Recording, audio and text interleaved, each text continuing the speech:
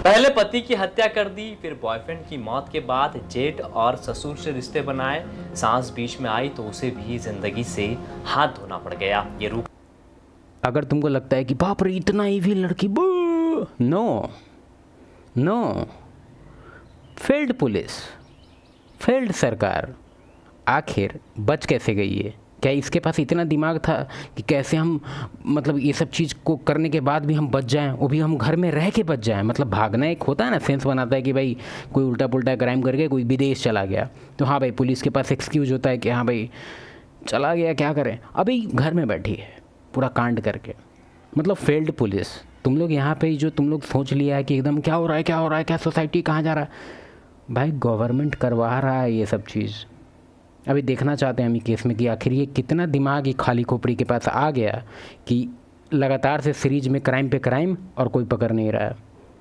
कपा देने वाली वारदात को ग्वालियर की पूजा जाटव ने अंजाम दिया। नमस्कार, मेरा नाम है गौरव जगताप और आप देखना शुरू कर चुके हैं अनकही। वो कहते हैं कभी कभी मासूम चेहरों के पीछे छुपी होती है ऐसी हैवानियत जो इंसानियत को शर्मसार कर देती है। कुछ ऐसी ही कहानी है ग्वालियर की पूजा जाटव की, जिसने उत्तर प्रदेश के झांसी में अपनी ही सांस को मौत के घाट उतार दिया। दरअसल पूजा की जिंदगी पहली शादी के बाद से ही अपराध के इर्द गिर्द घूम रही थी। इसकी पहली शादी रेलवे कर्मचारी से हुई थी। शुरुआत में सब सामान्य था, लेकिन धीरे धीरे झगड़े बढ़े और फिर एक दिन उसने पति पर जानलेवा हमला कर दिया। पूजा जेल गई, लेकिन अपराध की राह यहीं खत्म नहीं हुई। जेल से छूटने के बाद कोर्ट में उसकी मुलाकात। भाई ये क्या है, ये क्या है? जेल से छूटने के बाद भाई कितना सज़ा कम तुम लोग कर दिया है, कितना सज़ा कम कर दिया। हमको ये बात से हम अवगत हैं, हम डिल्यूजनल नहीं हैं। हम ये तुम लोग का जो नौटंकी है उससे हम अवगत हैं पूरी तरह से।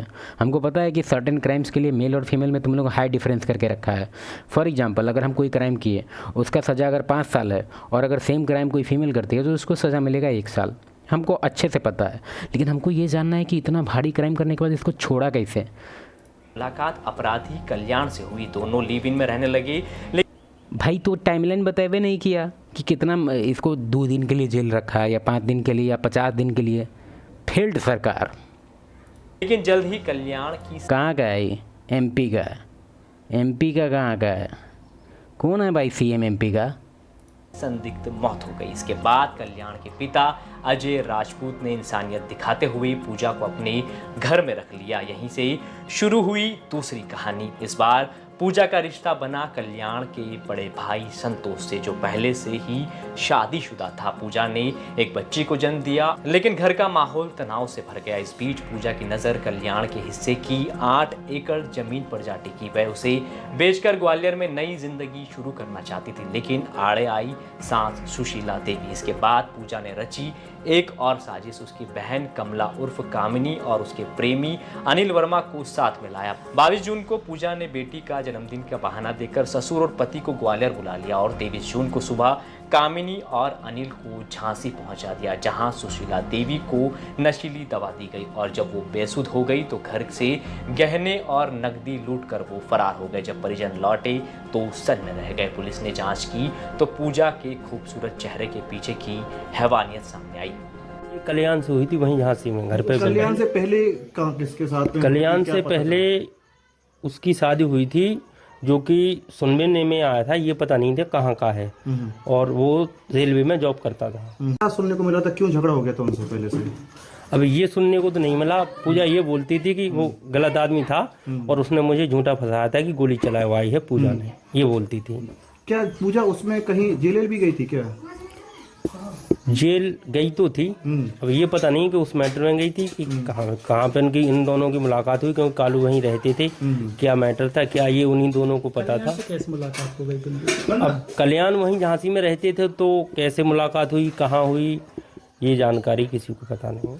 उन्होंने तो वहीं शादी की थी कल्याण ने। क्या पहला पति कहाँ का है? कुछ पहली शादी हुई थी कल्याण से पहले? ये कल्याण से पहले उसकी शादी हुई थी, लेकिन ये जानकारी नहीं है पति उसका कहाँ का है। फिलहाल पुलिस ने पूजा, कमला और अनिल को गिरफ्तार कर लिया। यह सिर्फ एक क्राइम की कहानी नहीं, बल्कि रिश्तों के नाम पर की गई सुनियोजित साजिश थी, जिसका मकसद था जमीन हथियाना और रास्ते में। सुनो,